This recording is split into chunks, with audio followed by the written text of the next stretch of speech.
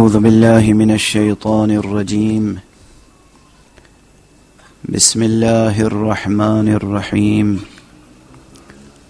الحمد لله رب العالمين بارئ الخلائق أجمعين باعث الأنبياء والمرسلين مالك يوم الدين، والصلاة والسلام على أشرف الخلائق أجمعين سيد الأولين والآخرين إمام المرسلين وخاتم النبيين سيدنا وشفيعنا وحبيبنا وحبيب إله العالمين أبي القاسم المصطفى محمد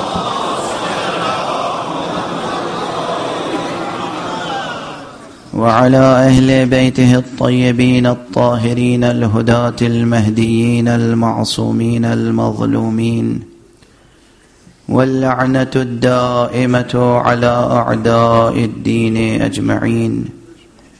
أما بعد، فقد قال الله تعالى عز اسمه في محكم كتابه ومتقن خطابه: بسم الله الرحمن الرحيم. بقية الله خير لكم إن كنتم مؤمنين. صلوات پڑھیں محمد.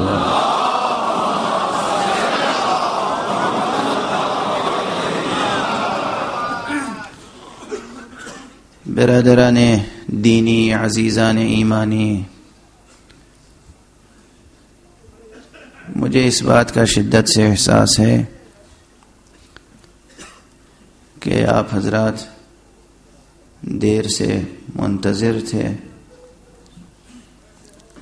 اور اس مجلس کا اعلان 7 بجے کیا گیا تھا، پھر میری طبیعت مساعد نہیں تھی، 8 بجے کا اعلان ہوا، اور پھر بھی طبیعت ابھی بھی مساعد نہیں ہے. صحت اس بات کی اجازت نہیں دے رہی ہے کہ میں گفتگو کروں، مگر چونکہ وعدہ تھا اور آپ حضرات یہاں مجتمع ہو چکے تھے، اس لیے میں حاضر ہو گیا ہوں. قرآن حکیم کی ایک مختصر سی آیت آپ حضرات کے سامنے تلاوت کی ہے. تبرکن اور تیمنن کچھ بیان کر سکوں گا آج. جتنی دیر بھی گفتگو کر سکوں گا کروں گا، اور جب صحت کی یہ کیفیت ہے تو پھر معلوم نہیں ہے کہ میں جو اعلانات ہیں ان تمام اعلانات میں ایفاء وعدہ کر سکوں گا یا نہیں. بہرحال چونکہ آج اسلام آباد پہنچ گیا تھا تو آپ کی خدمت میں حاضر ہوں. انشاءاللہ آپ حضرات دعا فرمائیں گے. برائے سلامتی علماء حق بلند تر صلوات.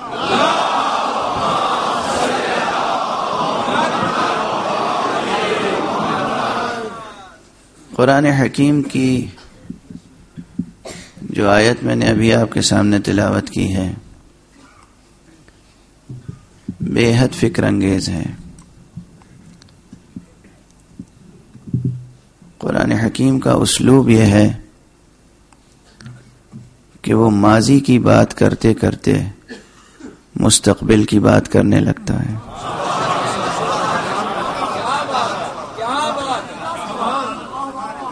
قرآن مجید کا اسلوب یہ ہے کہ وہ زمین کی بات کرتے کرتے آسمان کی باتیں کرنے لگتا ہے. 20ویں صدی میں فلسفی آف ایجوکیشن نے بہت ترقی کی اور ایجوکیشن کے اوپر مختلف زاویوں سے کام ہوا. تو ایک زاویہ یہ تھا جس کی ترجمانی لوگوں نے ایک خاص اصطلاح سے کی، اور وہ اصطلاح تھی ہولسٹک اپروچ. یعنی ایجوکیشن میں ایسی اپروچ ہونی چاہیے کہ انسان کی شخصیت اپنے تمام امکانی ابعاد کے ساتھ نشو و نما پا سکے.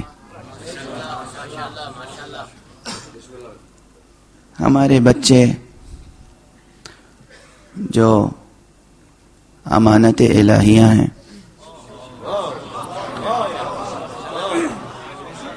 آپ لوگ اپنے بچوں کو اپنا بچہ سمجھتے ہیں، یہ شرک ہے.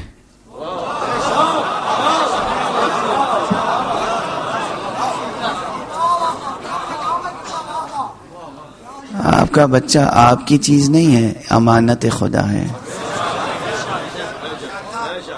امانت الہیہ ہے. اب یہ جملہ جو میں نے کہہ دیا کہ یہ شرک ہے، اس کو سمجھانے کے لیے 2-3 جملے اور مجھے کہنے پڑیں گے. قرآن مجید وہ کتاب ہے جس کا بنیادی موضوع توحید ہے. اس نقطے کو کسی بھی کم سے کم کسی بھی عزادار کو نظر انداز نہیں کرنا چاہیے.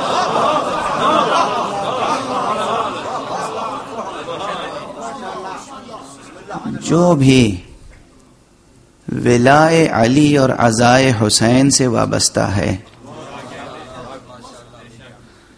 جو بھی ولائے علی اور عزائے حسین سے وابستہ ہے، اسے کم از کم یہ نقطہ نظر انداز نہیں کرنا چاہیے کہ قرآن مجید کا بنیادی موضوع توحید ہے. اور زندگی اور کائنات کے جتنے مسئلے ہیں، ان تمام مسئلوں کو قرآن مجید نے صرف اور صرف اور صرف اصل و اساس و اصول توحید پر حل کیا ہے. زندگی کی تفسیر قرآن اصول توحید پر کرتا ہے، کائنات کی تفسیر قرآن مجید اصول توحید پر کرتا ہے. قرآنی جہان شناسی دراصل توحیدی جہان شناسی ہے.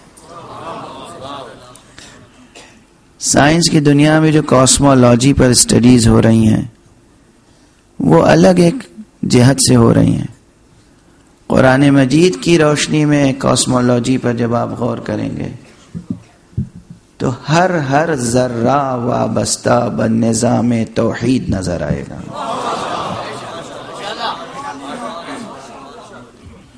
اس لیے یہ خیال رہے کہ قرآن مجید کا بنیادی موضوع بھی توحید ہے، اور اس کائنات میں، اس عالم ہستی میں سب سے بڑی اور سب سے سچی حقیقت صرف اور صرف حقیقت توحید ہے. اس عالم میں وہی باقی رہے گا جو توحید پر رہے گا. جو توحید پر نہیں رہے گا وہ ہلاک ہو جائے گا، وہ فنا ہو جائے گا. کل شیء ہالک الا وجہہ، اس کے بھی معنی یہی ہیں.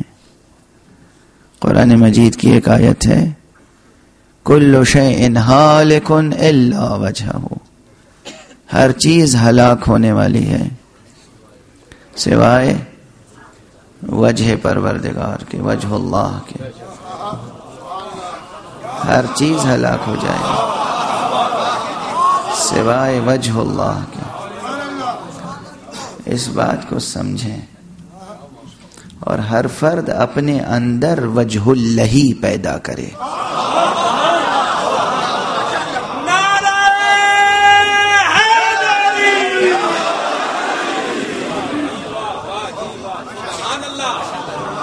دیکھیے، میں دست ادب جوڑ کے ایک بات کہہ رہا ہوں، آپ حضرات کی ذہانتوں پر مجھے پورا اعتماد ہے، لیکن میرے الفاظ کے ساتھ ساتھ چلیے، الفاظ سے آگے خود سے مت بڑھیے.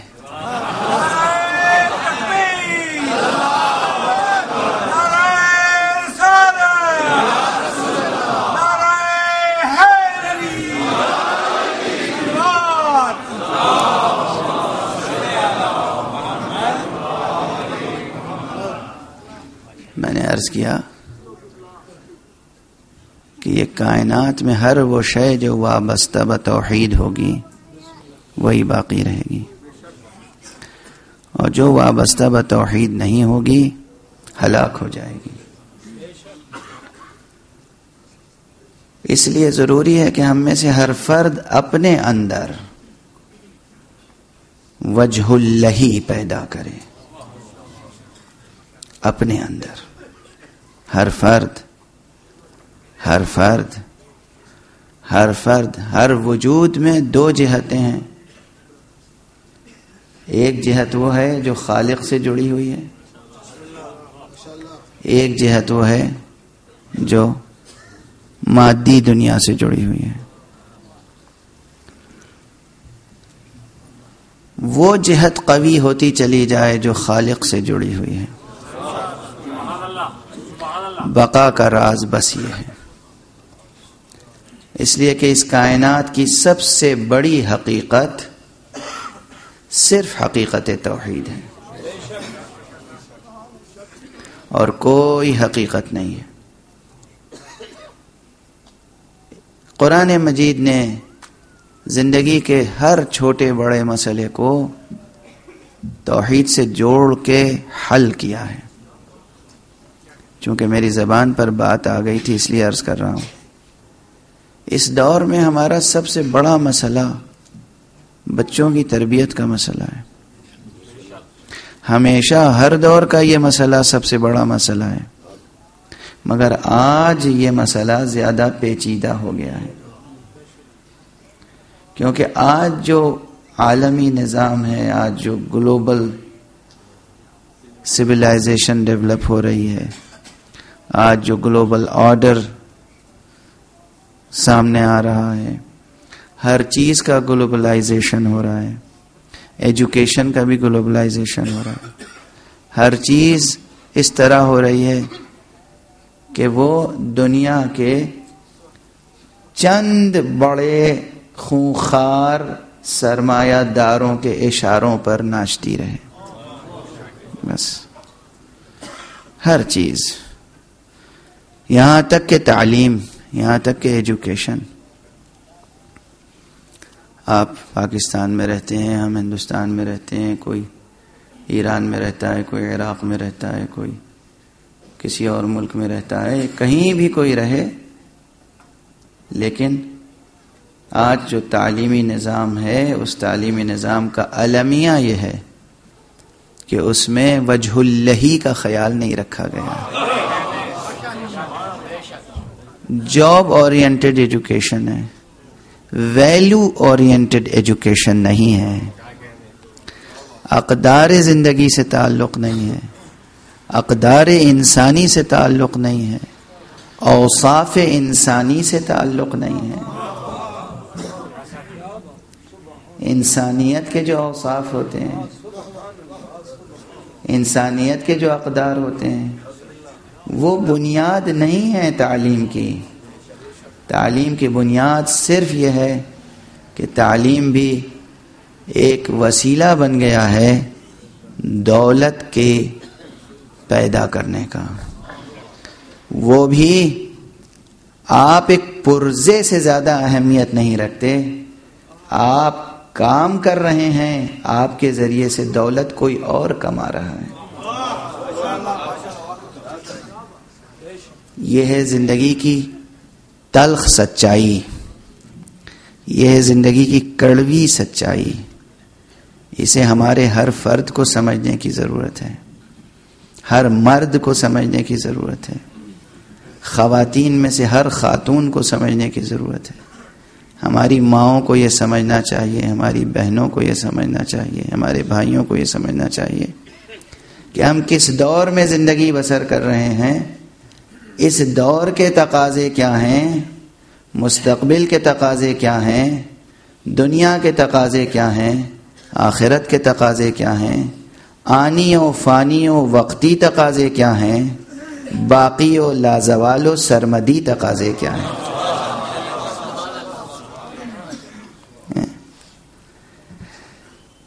اگر اس چیز کو ہم نے سمجھ لیا تو توازن باقی رہے گا، کیونکہ بات آ گئی ہے تو عرض کر رہا ہوں. آپ اور ہم اپنے بچوں کو اپنا بچہ سمجھتے ہیں اور ان سے امیدیں جوڑ لیتے ہیں، دوہرا شرک کرتے ہیں. پہلا تو یہ کہ ان کو اپنی چیز سمجھ لیا، اور دوسرے یہ کہ ان سے امیدیں وابستہ رکھتے ہیں. توجہ رہے. اور جب اپنے بچوں سے امیدیں وابستہ کرتے ہیں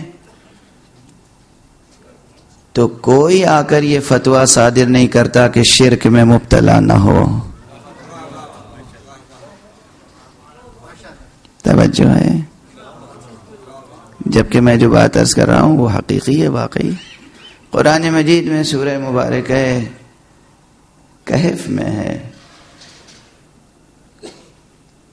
غالباً، اگر میرا حافظہ اس وقت غلطی نہیں کر رہا ہے. بہرحال قرآن مجید کی آیت ہے المال والبنون زینت الحیات الدنیا والباقیات الصالحات خیر عند ربک ثوابا وخیر املا. المال والبنون، دھن دولت اور بچے، یہ زندگانی دنیا کی زینت ہیں. یہاں پر فتنہ نہیں کہا گیا ہے، زینت کہا گیا ہے. زینت قابل قدر ہوتی ہے، زینت قابل قدر ہوتی ہے. زینت کا لفظ آپ کو ہمیشہ یاد رہنا چاہیے. قرآن مجید میں ہے کہ ہر مسجد میں جاتے وقت، ہر نماز کے وقت زینت اختیار کیا کرو. امیر المؤمنین علیہ الصلاۃ والسلام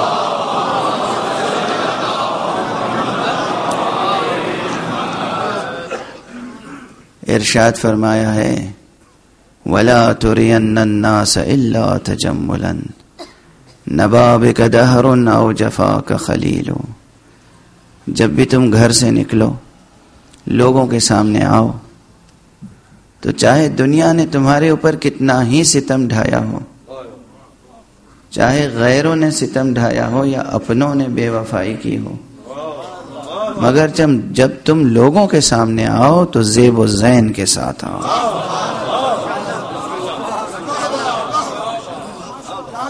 تمہاری شخصیت میں وجاہت باقی رہے، تمہارا وقار باقی رہے. یہ کس کی تعلیم ہے؟ مولائے کائنات، مولا الموحدین، امیر المؤمنین علی ابن ابی طالب علیہ السلام.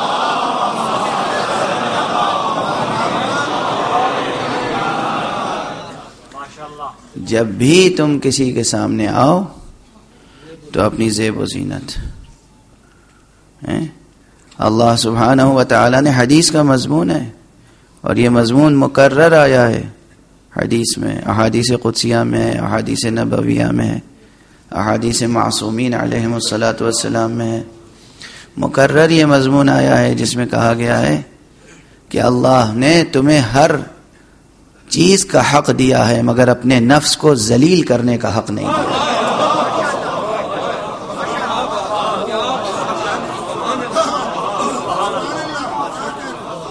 توجہ ہے، یہ پیغام لے کر جائیے گا. آج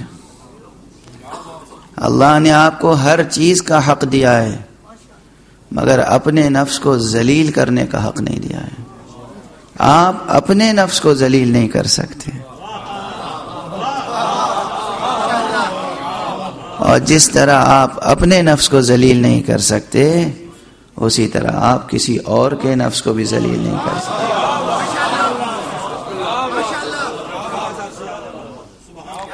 اور فرمائیں اگر دنیا اس فارمولے پر عمل کرے تو دنیا کیسا امن کا گہوارہ بن جائے. ایک فرد اپنے کو ذلیل نہیں کر سکتا، ایک فرد دوسرے فرد کو ذلیل نہیں کر سکتا. یہاں دنیا میں یہ ہے کہ ایک پوری قوم دوسری پوری قوم کو ذلیل سمجھتی ہے، اور دوسری قوم خاموش رہتی ہے.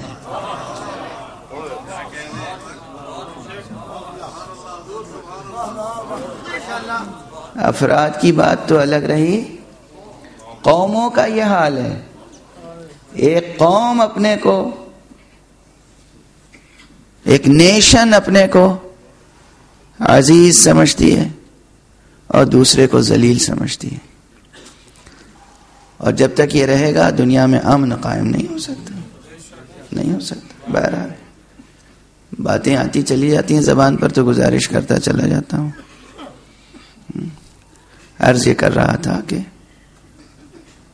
اسلام نے یہ کہا کہ آپ اپنے زیب و زین کا خیال رکھیں. اور زیب و زین کا لفظ، زینت کا لفظ یوں بھی یاد رہنا چاہیے کہ حضور اکرم صلی اللہ علیہ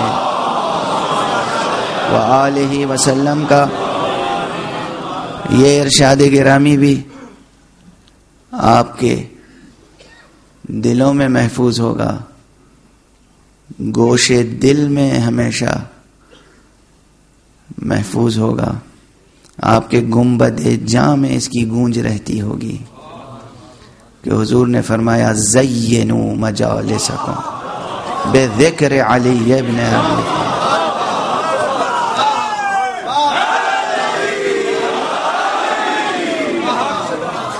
تم اپنی مجلسوں کو زینت دو ذکر علی ابن ابی طالب.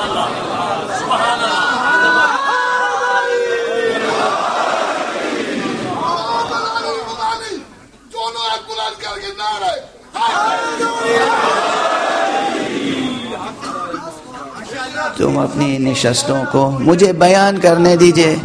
میری صحت ساتھ نہیں دے رہی ہے، میری صحت ساتھ نہیں دے رہی ہے. آپ دست ادب جوڑ کے عرض کرنا، مجھے بیان کر لینے دیجئے. پیغمبر اکرم صلی اللہ علیہ وآلہ وسلم کا یہ ارشاد گرامی کہ تم اپنی نشستوں کو، اپنی بزموں کو، اپنی مجلسوں کو، اپنی گفتگوؤں کو زینت دو ذکر علی ابن ابی طالب سے. یہ حکم پیغمبر ہے. جس مومن نے بھی یہ لفظ سنا وہ کبھی لفظ زینت سے کو بھلا نہیں سکتا. بہرحال اب اس حدیث میں جو مضمرات ہیں، جو نزاکتیں ہیں، اس پر میں ابھی گفتگو نہیں کروں گا، ذرا ٹھہر کے کروں گا یا انشاءاللہ بعد میں کروں گا. ابھی تو میں وہ عرض کر دوں، مکمل کر دوں ایک بات، اگرچہ وہ بس تمہیدی تھی، ایک جملہ معترضہ تھا، مگر زبان پر آ گیا تو پھر اسے وضاحت کر دوں کہ المال والبنون زینت الحیات الدنیا. دولت، ثروت اور آل و اولاد حیات دنیا کی زینت ہے. پھر فرمایا گیا والباقیات الصالحات خیر عند ربک ثوابا وخیر املا. اور باقی رہنے والی نیکیاں تمہارے رب کے نزدیک، تمہارے رب کے پاس اجر و ثواب کے لحاظ سے بھی اور امید کے لحاظ سے بھی سب سے بہتر ہے. دیکھیے اس میں آل و اولاد کا ذکر ہوا، مال و دولت کا ذکر ہوا، اور ساتھ میں باقیات الصالحات کا ذکر ہوا. اور باقیات الصالحات کے بعد عند ربک، رب کے پاس. بات مال و اولاد کی چلی تھی، پہنچی کہاں تک؟ توحید تک.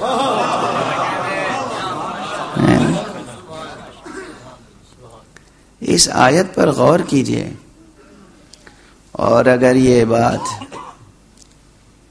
آج اس جلسے میں، اس مجلس میں اگر یہی ایک پیغام آپ لے کے چلے گئے تو میں سمجھتا ہوں کہ میرے آنے اور جانے کی جو سعی و کوشش ہے وہ حاصل ہو جائے گی. ہماری زندگی میں کہاں کہاں شرک ہو جاتا ہے. خود قرآن مجید میں ہے کہ کوئی ایسا موحد نہیں ہے جو کہیں نہ کہیں شرک نہ کرتا ہو. کیسی نازک بات ہے. اور پھر اسی قرآن مجید میں ہے کہ پروردگار عالم ہر گناہ کو معاف فرما سکتا ہے سوائے شرک کے. اسے آپ سن کے نظر انداز نہ کیجیے، ان جملوں سے غافل نہ ہوں آپ. پروردگار عالم ہر شے کو معاف کر سکتا ہے، شرک کو معاف نہیں کر سکتا. اور اس نے اسی لیے زندگی کے ہر چھوٹے بڑے مسئلے کو اس طرح حل کیا ہے اور اس کا حل تجویز کیا ہے کہ زندگی کی ہر سانس زمزمہ توحید بن جائے.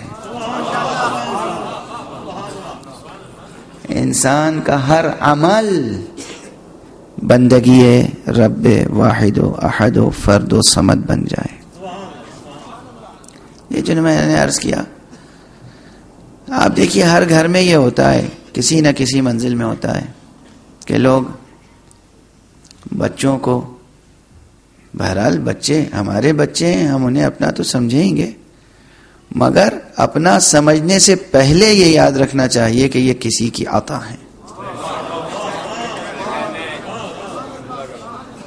بس یہ خیال رہے، یہ خیال رہے. جتنے حقوق ہیں اولاد کے ماں باپ پر اور ماں باپ کے اولاد پر، ان حقوق میں بھی آخری حد کیا ہے؟ پروردگار عالم نے اولاد سے کہا ہے کہ ماں باپ کا احترام کرو، ان کی اطاعت کرو، ان کی ہر بات مانو سوائے اس بات کے جو حکم خدا سے ٹکراتی ہو. یعنی ماں باپ اگر کہیں کہ مسجد میں نماز نہ پڑھو تو یہ بات تو مان لو، مگر اگر یہ کہیں کہ نماز ہی نہ پڑھو، اور یہ بات نہ ماننا. توجہ ہے، نازک سی بات ہے. مسجد میں نماز پڑھنا مستحب ہے، مسجد میں جانا مستحب ہے، اور نماز پڑھنا واجب ہے. پروردگار عالم اپنے حقوق میں اتنی مراعات دیتا ہے کہ ٹھیک ہے، مستحبات جو مجھے پسند ہیں اگر وہ ماں باپ کو پسند نہیں ہے یا اس پر عمل کرنے سے ماں باپ کو دکھ ہوتا ہے، تکلیف ہوتی ہے، کوئی انہیں زحمت ہوتی ہے، تو میرا حق چھوڑ دو، ماں باپ کا خیال کرو.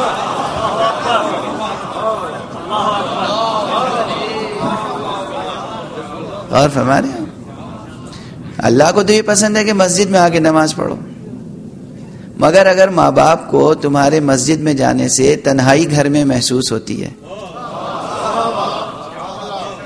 وہ سمجھتے ہیں بوڑھے ہیں، بزرگ ہیں، وہ سمجھتے ہیں بیٹا چلا گیا، گھر میں وحشت ہوتی ہے اکیلے، تو پھر مسجد میں نہ آؤ، پھر اپنا گھر آباد رکھو، ماں باپ کے انس کا خیال کرو، وہیں رہ کے نماز پڑھو. ہے نا، دیکھا آپ نے.